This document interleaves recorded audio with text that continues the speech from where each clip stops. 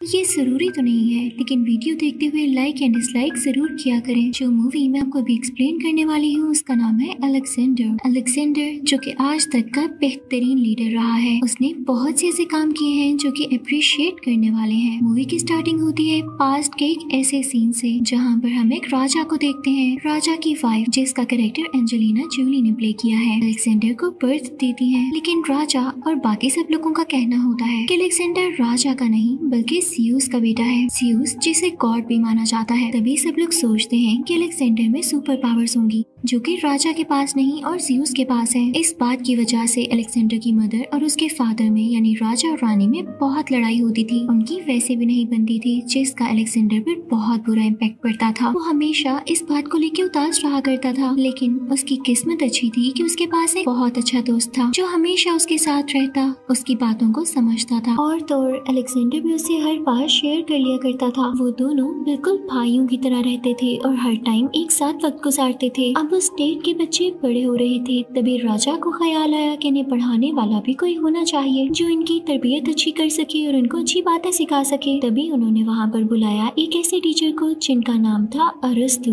वो एक मुस्लिम टीचर थे जिन्हें आज एरिस्टोटल के नाम से भी याद किया जाता है। उन्होंने उस स्टेट के सब बच्चों को पढ़ाना शुरू कर दिया और देखते ही देखते वो बच्चे बहुत काबिल और ज़हीन होते गए, यानी उन्हें अपना टैलेंट यूज करना आ गया। उनमें काफी स्किल्स और मैनर्स आने लगे। बच्चों में पढ़ने का शौक भी डेवलप हो चुका था और टीचर यानी अरस्तु ने बहुत अच्छे से गाइड करते थे। अब एक दिन उस स्टेट में यानी जहाँ पर राजा की हुकूमत थी वहाँ पर एक आदमी आता है जो कि अपने घोड़े बेचने आया था। वहीं पर अलेक्जेंडर और राजा भी होते हैं। अब वो आदमी सबको घोड़े दिखा रहा होता है। उसके पास काफी खूबसूरत घोड़े होते हैं, लेकिन एक ऐसा घोड़ा भी होता है जो कि काफी खुशीला होता है। वो किसी के काबू में भी नहीं आ रहा होता। तो राजा उस आदमी के पास जाते हैं जिसका ये घोड़ा होता है और उससे कहते हैं कि यहाँ पर तुमने इसको लाकर गलती की है। ये तो यहाँ पर किसी की भी जान ले सकता है, तुम्हें इसको ट्रेन करना चाहिए था। अब इस पर सवारी कौन करेगा? तभी राजा का बेटा अलेक्जेंडर आता है और अपने बाबा से कहता है, बाबा इस पर सवारी मैं करूँगा। वो उससे कहते हैं, बेटा तुम अभी 13 साल के हो, ये घोड़ा जो कि बड़े बड़े आदमियों से कंट्रोल नहीं हो रहा, आपसे कंट्रोल नहीं हो पाएगा। और वो आदमी भी राजा से कहता है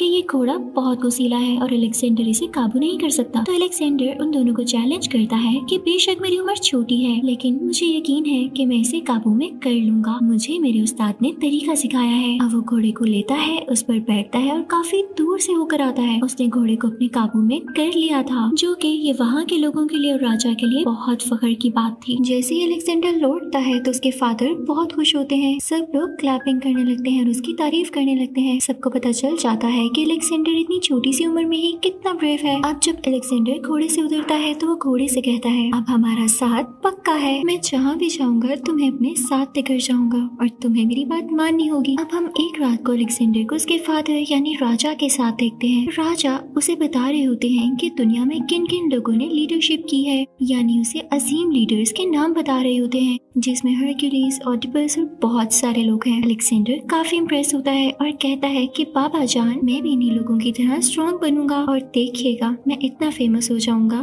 कि मेरा नाम भी इन्हीं लोगों के साथ लिया जाएगा। तो अलेक्जेंडर के फादर यानी राजा उसे समझाते हैं कि इतना आसान नहीं होता मेरे बेटे, और एक बात हमेशा याद रखना, या तो स्टेट होती है या तो औरत। अगर तुम्हारा ध्यान औरतों की तरफ बढ़ गया तो तुम कभी भी स्टेट पर नहीं ध्यान दे सकते, और स्पेशली तब जब औरत तुम्हारी माँ जैसी हो। यानी यहाँ पर राजा अपने बेटे अलेक्जेंडर को उसकी माँ के खिलाफ कर रहे थे, क्योंकि मैंने आपको बताया इन दोनों हस्बैंड वाइफ में जरा नहीं बनती थी। और जल्दी राजा सोच रहे थे कि वो दूसरी शादी कर लें, जबकि अपने बेटे को वो समझा रहे हैं कि औरतों में मत पड़ना। लेकिन अलेक्जेंडर इस बात से तंग आ जाता है।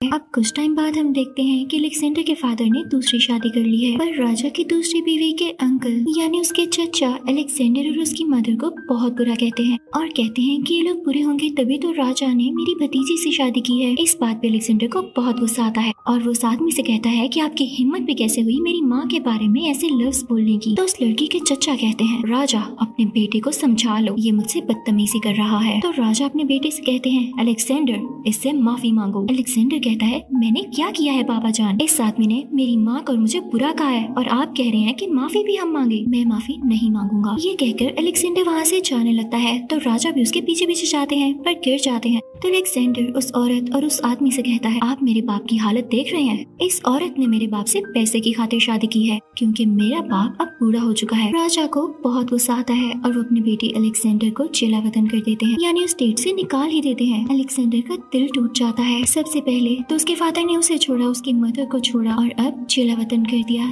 यानी क्या वो अलेक्जेंडर और अपनी बीवी से जरा प्यार नहीं करते? उनके नजदीक अब उनकी दूसरी बीवी ही सब कुछ है। पर जल्दी खबर आती है कि राजा का कत्ल हो चुका है और जितने लोग उतनी बातें। कुछ कहते हैं कि उनकी दूसरी बीवी ने उनका कत्ल करवाया उनकी जायदाद यानी प्रॉपर्टी पर अपने कदम जमाने के लिए, उनके पैसे के लिए, और कुछ कहते हैं कि उनकी पहली बीवी ने जेलस होकर ये सब किया। पर किसी को कुछ नहीं पता था कि असली कातिल है कौन। इस वक्त अलेक्जेंडर की उम्र 20 साल होती है। तब तक राजा की और कोई औलाद नहीं होती तो अलेक्जेंडर को ही राजा बना दिया जाता है। अब अलेक्जेंडर बहुत टैलेंटेड भी था और वो हार्ड वर्किंग भी था। उसने आहिस्ता आहिस्ता हर जगह पर कब्जा करना शुरू कर दिया। वो कई जंगे करता जिसमें वो जीत जाता और उस मुल्क को अपने नाम कर लेता। अब की बार उसकी जंग फारिस से हुई, लेकिन वहाँ का राजा भाग गया। अलेक्जेंडर के पास 40,000 लोगों की फौज थी और वो बहुत ज्यादा स्ट्रॉन्ग भी था। वो चाहता तो राजा को मार सकता था, इसलिए वो राजा को ढूंढने लगा। उसने पूरे एशिया पर कब्जा कर लिया था, लेकिन वो कहता था कि जब तक मैं इसके राजा को नहीं मानूंगा असली राजा मैं कैसे हो सकता हूँ। पर अच्छी बात ये है कि जिस मुल्क को भी वो अपने नाम करता वहाँ के लोग उसके अगेंस्ट ना जाते, क्योंकि अलेक्जेंडर उन सबसे पहले ही कह देता था कि मैं आपसे आपकी कोई चीज नहीं छीनूंगा, बस मैं यहाँ लीड करूंगा। वो उनकी बहुत केयर करता, उनसे प्यार से बात करता और उनसे कहता कि आपको अपने रस्म रिवाज यानी ट्रेडिशन, कल्चर, कस्टम कुछ भी चेंज करने की जरूरत नहीं है। आप जैसे जीते हैं आप जी सकते हैं। मैं आपकी जरूरियात यानी बेसिक नीड्स का भी ख्याल रखूंगा और आप पर कभी जुल्म नहीं होने दूंगा। इस वजह से आहिस्ता आहिस्ता लोग उसके दीवाने होते गए, उसे पसंद करने लगे। पर अलेक्जेंडर की अभी भी वही सोच थी, उसे फारिस के राजा को ढूंढकर मारना था, क्योंकि अलेक्जेंडर समझ चुका था फारिस उसे डिजर्व नहीं करता।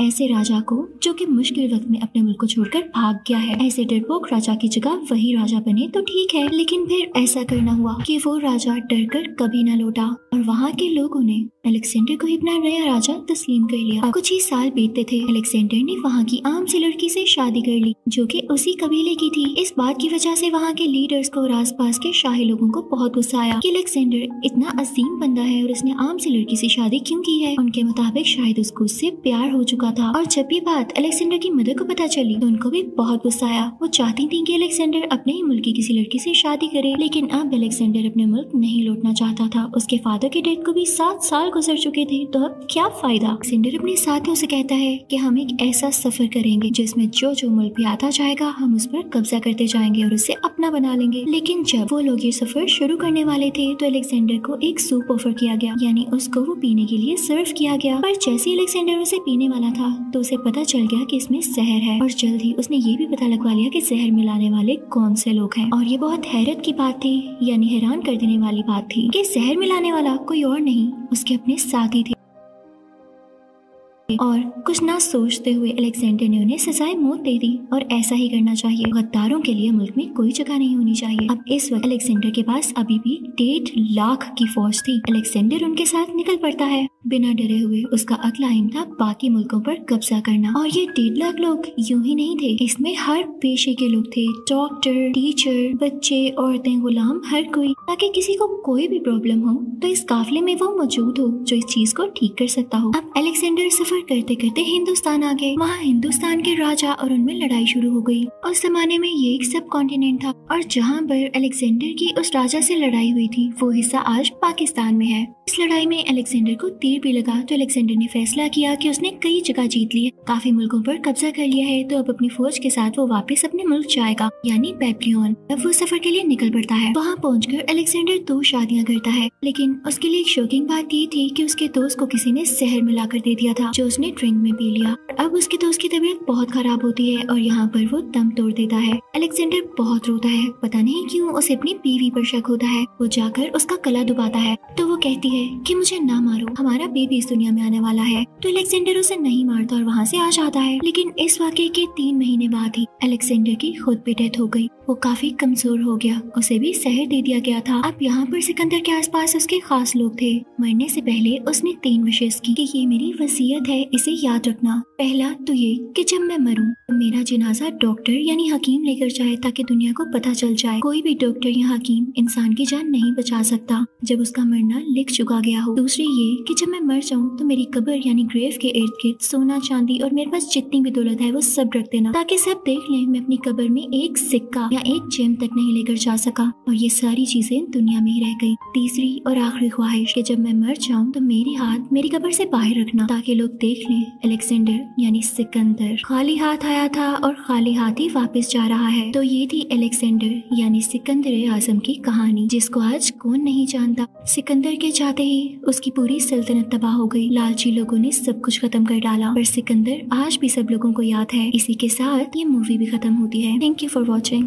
Don't want to mislead, this is all you need. Be your everything, yeah, I'll be your everything.